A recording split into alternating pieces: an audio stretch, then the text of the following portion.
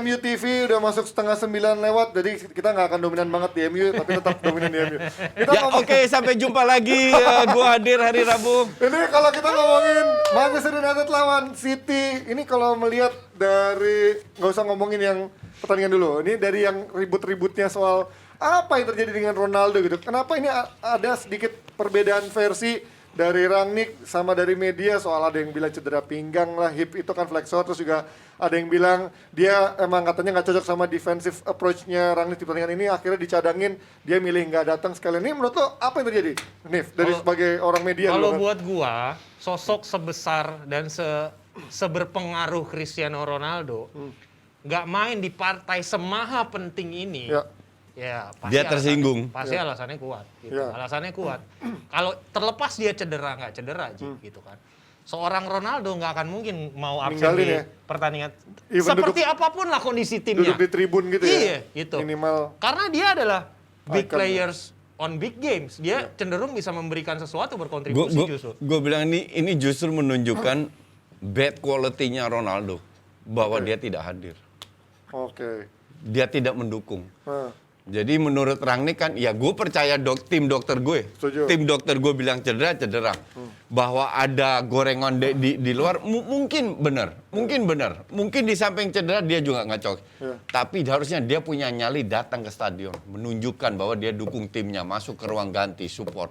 Contohnya waktu dia cedera lah di final Euro. Bahkan dia act as dia sense of belonging tinggi gitu kan. Dia Kalau ada emang di cedera bench kan? gitu Iya kan, betul. Dia ke situ Dia ada di gitu. bench. Ya karena merasa dipercaya pelatihnya kan, kalau itu kan. itu Kalau ini kan maksud mungkin gua, yang bikin beda adalah ada sesuatu yang menurut gua, kenapa orang seambisius Ronaldo bisa nggak ada bisa sama nggak sekali. ada, bisa nggak main. Tapi ada Ronaldo pun tetap diulek.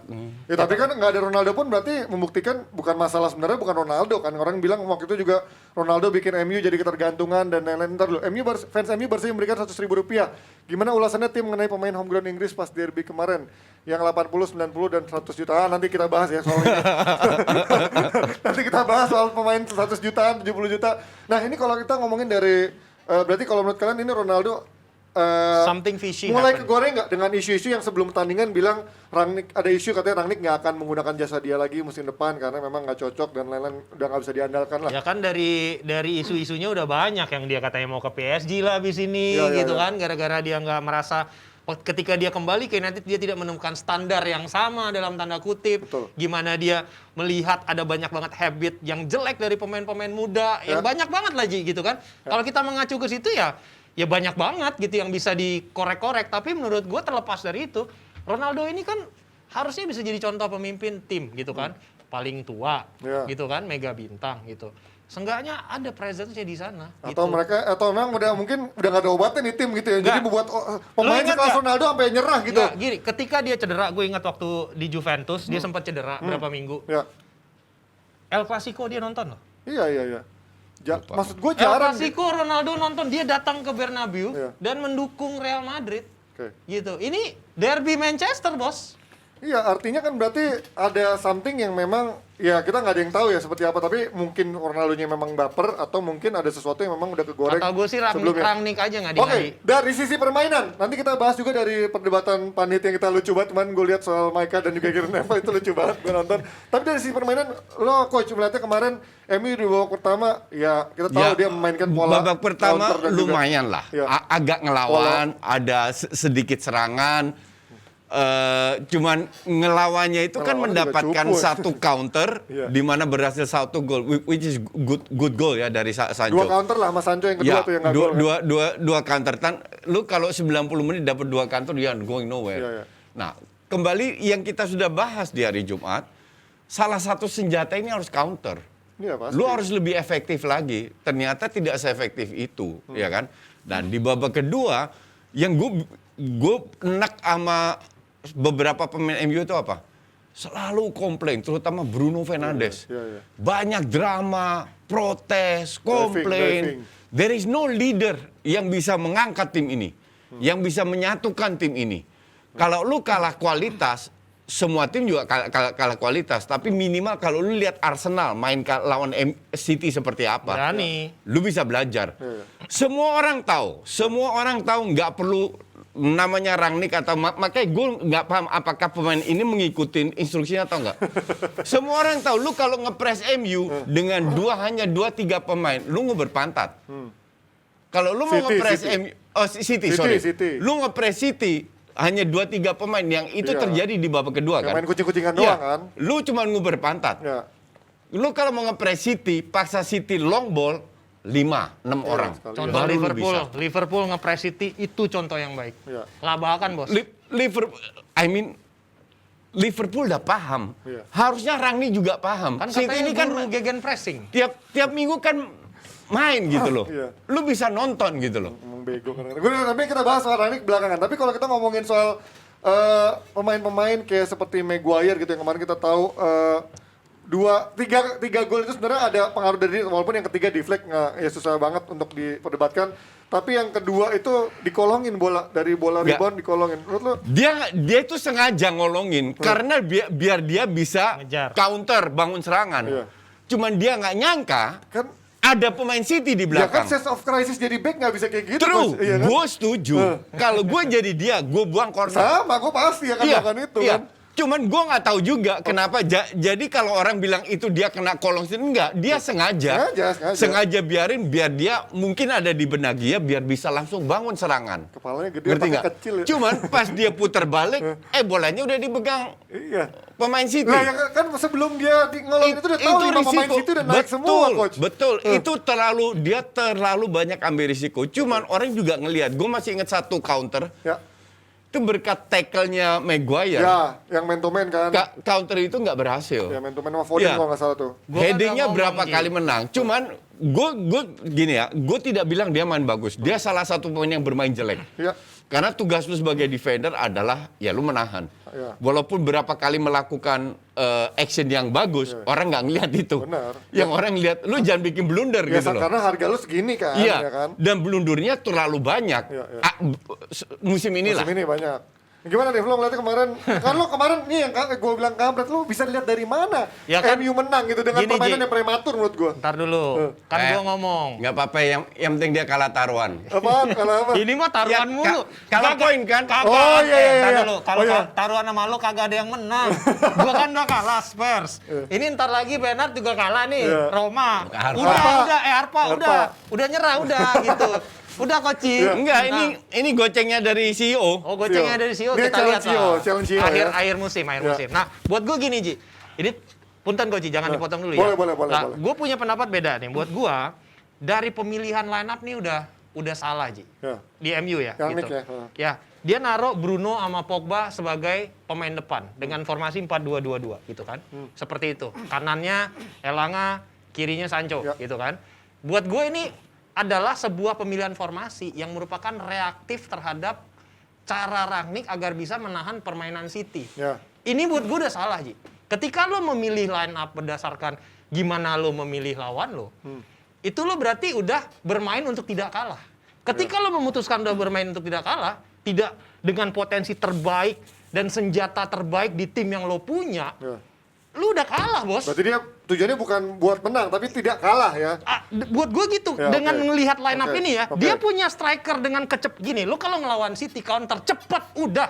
Kan gue bilang kan, kemarin Sancho bahaya, cepet banget. Rashford bahaya, terlepas emang dia ina-inu Tapi kan ya, Rashford Koci. udah terakhir Januari Tapi golin dia gitu kan. kenceng, Ji. Maksud gua, Ya. lu lihat kemarin, cuman butuh 4 passing dari itu pertama kali terjadi golnya Sancho. Ya. Gitu. Tapi kan Rashford ada tuh yang peluang main apa Itu maksud kotak gua, penalti kan? itu maksud gua. Semaruk itu kan. Kenapa lu nggak main dengan cara Arsenal terbaik lu gitu? Senjata terbaik lu aja. Kenapa lu harus bermain dengan reaktif? Berarti kan lu nggak pede. Katanya lu adalah guru gegen pressing. Gue nggak ngeliat pressingnya. Gitu. Berarti lu mediocre. Ini pelatih mediocre. Gue Enggak. ngerasa gini, Gasperini lebih baik daripada dia. Even Vincenzo Italiano, nih pelatih Fiorentina menurut gue lebih bagus. Enggak, ketimbang dia. ini Hanif kan dia minta nggak dipotong, gue nggak potong. Sekarang tolong jangan potong gue. Boleh, juga. boleh. Jadi Hanif ini berandai-andai seolah-olah dia bisa baca keinginan Rangnick. Dia bilang Rangnick pasang Pogba sama Bruno harusnya nggak seperti itu. Satu, Rangnick tidak main 4-4-2, Rangnick main 4-2-3-1. Ya. Dengan Bruno di depan false nine, Nine. Pogba di belakangnya 2 sayap. Sekarang gue tanya, satu, Hanif salah persepsi karena lu bukan paranormal, nggak bisa baca keinginan Rangnick. Kedua, gue tidak lihat yang lu bilang, reaction football. Sama sekali tidak.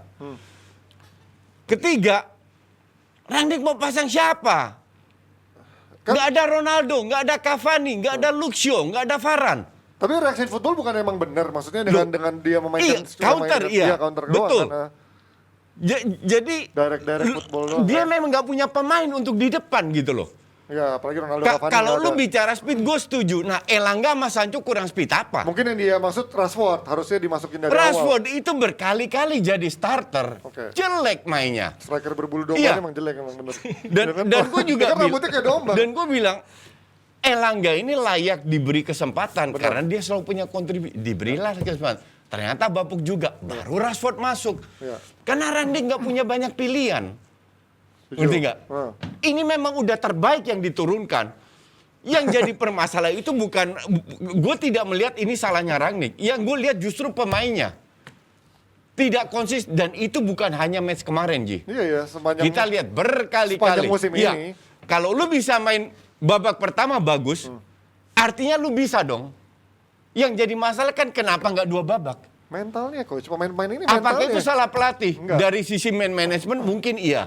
Tapi dari sisi strategi, lu membuktikan bisa ngelawan kok. Lu dapat peluang kok di babak pertama. Nah, tapi kalau sekarang kita masuk ke perdebatan si Maika dan juga Gary Neville. Kalau si Maika bilang, ya kalau lo emang butuh adaptasi selama ini, ngapain lo nunjuk Rangnick buru-buru kalau ujung-ujungnya cuma jadi konsultan di balik layar gitu kan. Karena pekerjaan terbaik dia katanya adalah sebagai orang di balik layar, bukan yang ada di pinggir lapangan. Sekarang mau ambil siapa? Dalam setengah Tapi kalau tahun Maika ini bilangnya kenapa nggak Karena ada buru-buru Conte gitu kan. katanya Maksudnya, gitu. berarti ini memang kebobrokan manajemennya, bukan lagi soal Nggak, pelatih kok. atau pemain sebenarnya kan.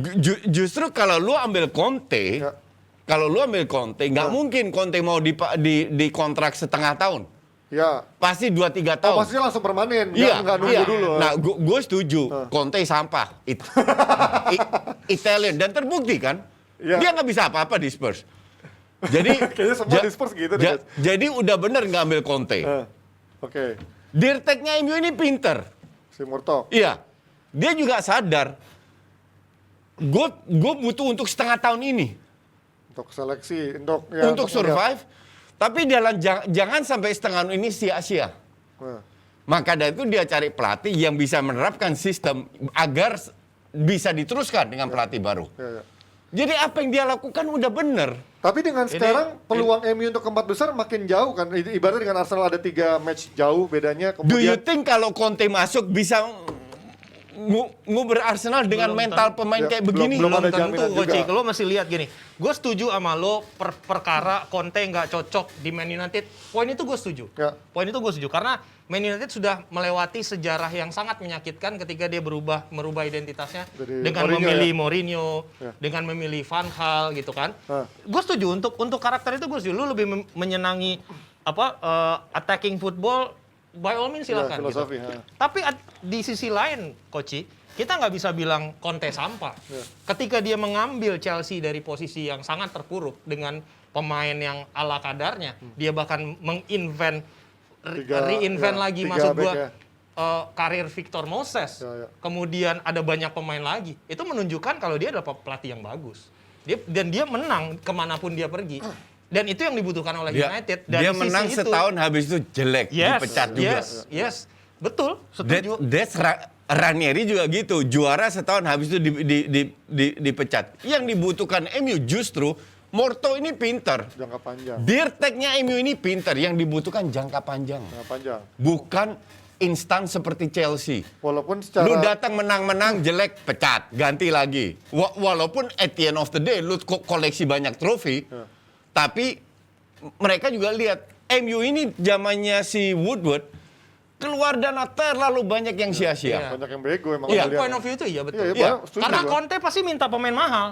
Exactly. Dan dia lebih memilih untuk ya udah interim yang berkoordinasi. Jadi ketika pelatih yang baru kayak Erik ten Hag, Ya. Pochettino yang dia targetin. Jadi dia belanjanya benar, nggak belanja setengah-setengah. Beli Conte udah ngeluarin misalnya kayak di Inter minta Romelu Lukaku, minta siapa.